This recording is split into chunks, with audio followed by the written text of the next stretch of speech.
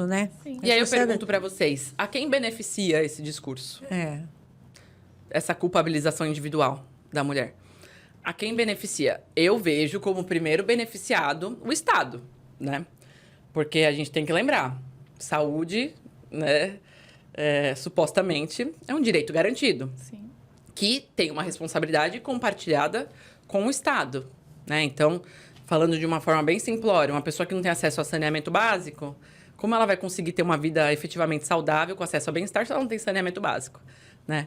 A gente, num contexto, né, de uma alimentação cada vez mais cara, ultraprocessados sendo completamente facilitados, né? A indústria de ultraprocessados sendo exaltada, enquanto, né, o pequeno natural, produtor cada vez mais, né, prejudicado, né? Em um contexto em que a gente tem que trabalhar...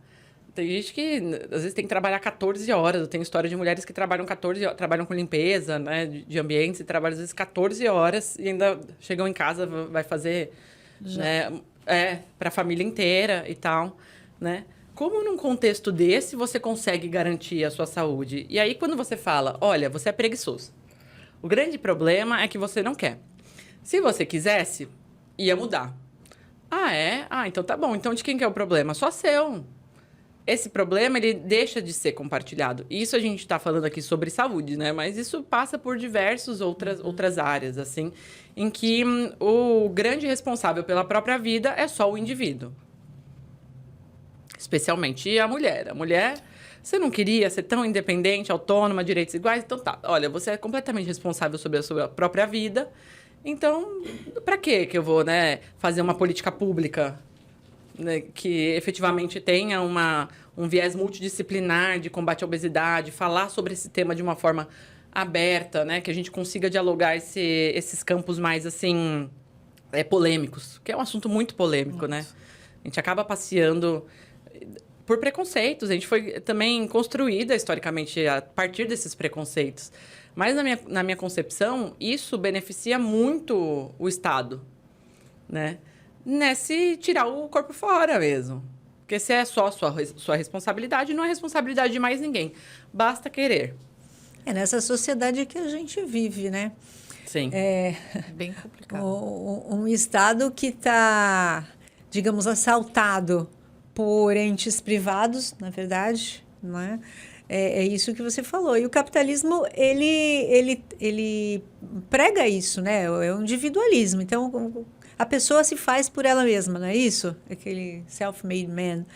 Ele se faz e aí a mídia tem um papel nisso de apresentar, aí generalizando não só na questão da mulher, mas apresentar casos isolados de sucesso. Que é essa concepção de querer bater nas pessoas, que é isso. Você não se deu bem, você não consegue, porque você não se esforçou o suficiente, você não trabalhou o suficiente, você não tem determinação suficiente. Porque olha ali, aquele ali levantou sei lá que horas, correu não sei quantos quilômetros, agora está nas Só você dormir 2 horas, está dormindo muito, não é? Isso. Então, todo mundo tira a responsabilidade. É o que você falou, o Estado tira a responsabilidade do coletivo, a sociedade também tira a responsabilidade, né? Sobre o outro, o coletivo não existe, né? O coletivo não existe. É muito interessante, você falou isso, assim, tanto o Estado quanto a coletividade. Isso é verdade, né? Porque a gente tem um processo também no Brasil disso, né? De a gente ter muita dificuldade dessa articulação civil, né? Com a Constituição, chamada de Constituição Cidadã, né? A gente acreditou muito no Brasil... Que chegou junto comigo, gente, a Constituição, praticamente. Eu sou de 89. A gente acreditou muito no Brasil. No Brasil, há esse deslocamento em relação aos direitos. A gente acreditou que, a partir do momento que existe essa Constituição cidadã, naturalmente eu vou ter acesso a essa cidadania. Né? Então, vai ser um processo natural.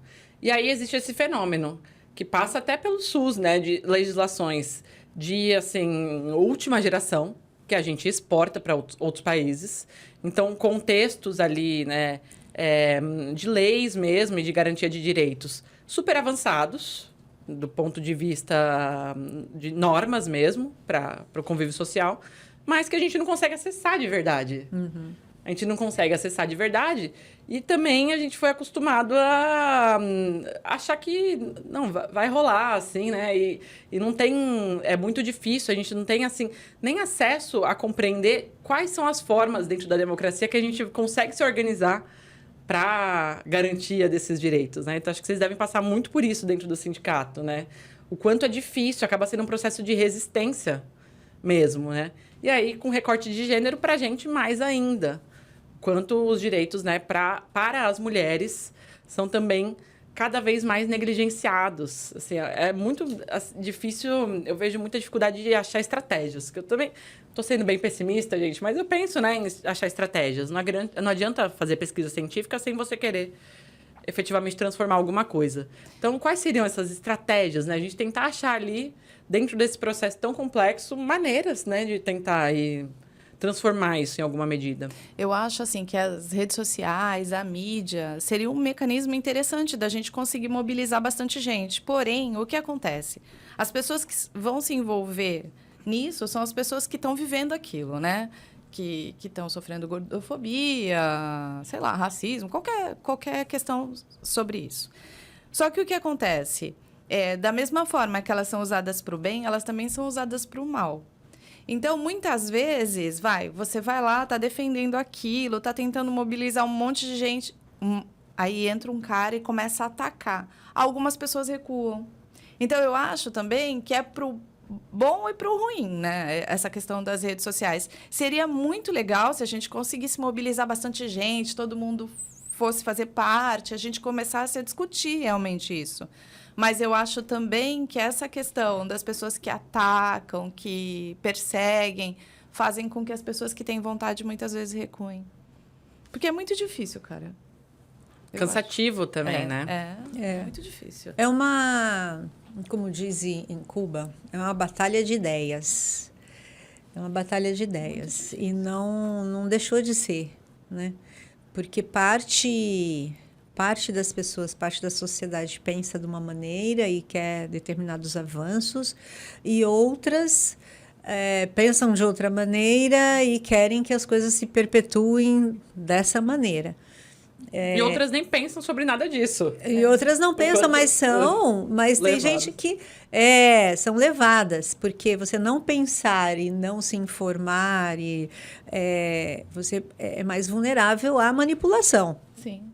E, geralmente, o pensamento mais fácil é o que leva, né? É o que leva. A sociedade está assim, então é mais fácil isso. Você tentar mudar, tentar mudar e tentar perceber, argumentar que existe outra maneira da gente conviver, exige muito mais articulação, muito mais profundidade, muito mais para convencer, né, para mostrar o seu ponto de vista do que aquele que está falando já o comum, né? E o quanto isso também não está no campo da subjetividade, né? Porque a gente fala assim de uma maneira muito como se fosse uma obviedade, né? Que essa coisa da culpabilização do indivíduo, né, tendo essa responsabilidade, essa responsabilização muito forte sobre o indivíduo, como se isso fosse uma obviedade, mas tanto não é que eu, do ponto de vista científico, observo isso a partir do silenciamento, do que é não dito. Porque não é algo óbvio para a gente pensar.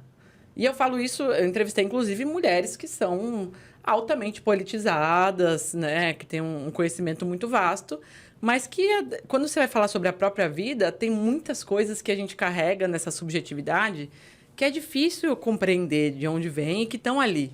Então, tudo bem, a gente sabe que a gente tem acesso a direitos, nós que, né, estamos ativas nesse campo, né, de resistência, sabemos que temos acesso a direitos. E quantas vezes, mesmo assim, a gente não se culpabiliza por certos processos, né? Caramba, eu fiz isso, olha lá, por que eu engordei? Por que né, isso deu errado? E não parar para olhar, opa, calma aí, olha todo o contexto que eu estou inserida, tudo isso que eu estou fazendo, né, as dificuldades que a própria vida nos traz, né? Então, eu acho que é muito isso, é um poder que é exercido que não é tão óbvio assim, né? E voltando naquilo que você tinha dito antes também, o quanto esse sucateamento também não serve a outros nichos também, né? Que a gente tem um exemplo óbvio hoje em dia no Brasil com o sucateamento. A gente tem o SUS, né? Que é toda a parte de legislação e de efetividade, né? Das políticas públicas de saúde. Porém, existe um sucateamento que ele é intencional para conseguir terceirizar certos setores, como a gente sabe, né? Que existe. Isso, assim, sendo replicado de pouquinho em pouquinho, de cidade em cidade. Na Baixada Santista a gente tem isso já replicado de maneira muito óbvia e não é só aqui, assim. Então, são certas coisas que é exatamente isso, não são muito óbvias para a gente no dia a dia, ainda que a gente estude tanto sobre isso e fale tanto sobre isso. E aí, essa coisa da informação, acho que também tem o lado do excesso que a gente tem hoje em dia, né? Assim, antes era difícil a possibilidade, né? Então, você ia fazer o trabalho da escola, era lá na biblioteca. Na biblioteca, efetivamente. Então, tinha acesso a uma ou outra coisa, mas aquela uma ou outra coisa você mergulhava naquilo, né? Sim. Hoje em dia, a gente vive um contexto que tudo é muito cansativo para você ouvir, né?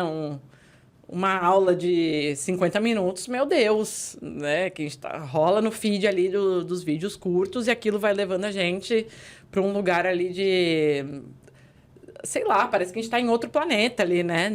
Daqui a pouco, 2 horas se foram e você nem percebeu.